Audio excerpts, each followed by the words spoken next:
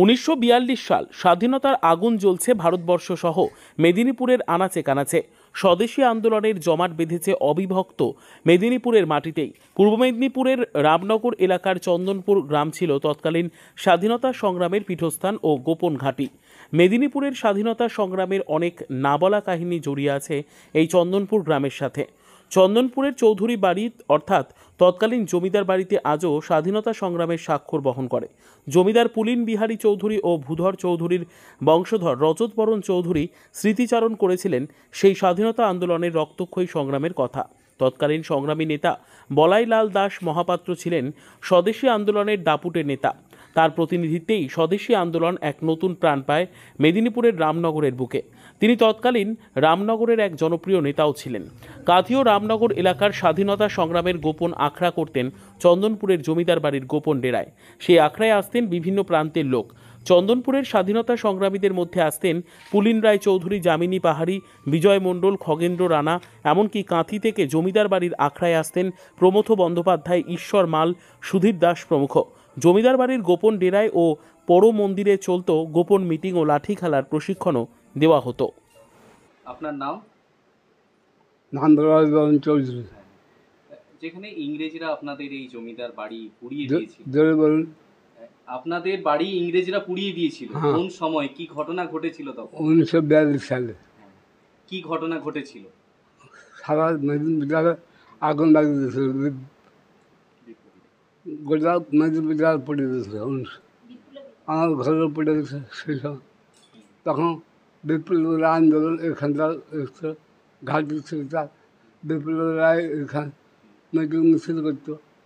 কারা করতো মিটিং মিছিল? কারা করতো মিটিং মিছিল? এখানে কারা করতো? আসতো কারা? যারা স্বাধীনতা সংগ্রাম, স্বাধীনতা আন্দোলন কারা কারা ছিলেন রামনগরে? বিহারী বাবু আরো একটা নাম বানিয়েছে, বেশি নাম বানিয়েছে। বলুন। 5 নবীন দাস মহাপাত্র, তারপরে মির্জাপুরের হেমন্ত জনক, নামগুলো অনেক ভুলে যাচ্ছে। সুজিত দাস, ঈশ্বর মাল, আরো বলতে আরো মানে আসছেন। আপনার এখানে স্বাধীনতা সংগ্রামী কে ছিলেন? এখানে পুলিন বিহারী চৌধুরী। আপনার কে হয়? দাসাবাবু। পশ্চিম রামনগরের সহ অধিনায়ক বলদেববাবু, পূর্ব রামনগরের সর্বাধিনায়ক।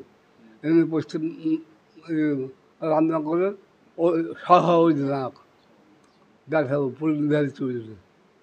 যেদিনকে আগুন লাগানো হলো কি ঘটেছিল তখন?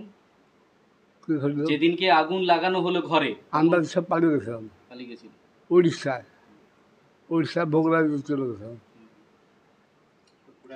সে আগুন লাগানো ঘটনা আমি আগে থেকে সন্ধান সংবাদ দিচ্ছে, আমরা পালিয়ে গেছি।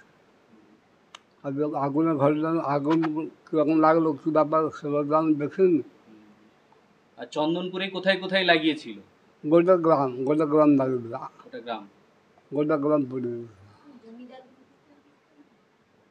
আপনার নাম? আমার নাম সুগত চৌধুরী। যেখানে চন্দনপুর জমিদার বাড়ি দীর্ঘদিনে, যেখানে ইংরেজরা এই বাড়ি পুড়িয়ে দিয়েছিল, এই ইতিহাস নিয়ে যদি একটু বলেন। এই তো দীর্ঘদিনের 1942 সালের আগস্ট আন্দোলনে ইংরেজরা এসে কতিপয় কয়েকজন এখানকার লোকাল লোককে নিয়ে তারা পেট্রোল ঢেলে গোটা বাড়িতেই আগুন লাগিয়েছিল। সেই সময় আমার দাদুরা স্বাধীনতা সংগ্রামী ছিলেন। দাদু, আমার বাবা সবাই উড়িষ্যার জায়গা ছিল, উড়িষ্যায় পালিয়ে গিয়েছিলেন। তার দীর্ঘদিন ওখানেই ছিলেন। তারপর এখানকার লোকেরা তাকে খবর দিয়ে যে তারা চলে গেছে, তখন ওনারা এসেছিলেন। এই হচ্ছে ব্যাপার। দাদু ছিলেন পুলিন বিহারী চৌধুরী আর ভূধর বিহারী চৌধুরী। পুলিন বিহারী চৌধুরী হচ্ছে আমার বড় দাদু, তিনি স্বাধীনতা সংগ্রামী ছিলেন আর কি। জমিদার কে ছিলেন? দুজনেই জমিদার। বর্তমানে ব্যাপারটা যে আমার বাবা আছেন, বয়স এই 94+, 95 হতে যায় আর 2 মাস পরে। তো বর্তমানে বাবা এইসব লক্ষণ করছেন, তদবির করছেন না। উনি কার সন্তান ছিলেন? না, ভূধর বিহারী চৌধুরীর সন্তান। বর্তমানে আপনার সেই বাড়িটা এখন কি অবস্থায় আছে?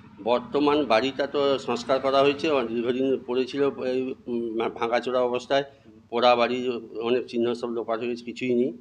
সরকার যদি আগে থেকে একটু এটাকে সংস্কার করতো বা লক্ষণযোগ্য করতো, তাহলে হয়তো একটা হেরিটেজ বলে করা যেত, হেরিটেজ ইয়েতে। কিন্তু যাই হোক এখন কিছুটা আমরা রেখেছি, যার স্মৃতি হিসাবে পোড়া চিহ্নটা এখনও কিছুটা আছে। তো আপনি দেখতে পারেন এগুলো মোটামুটি, আর বাকিগুলো সব শেষ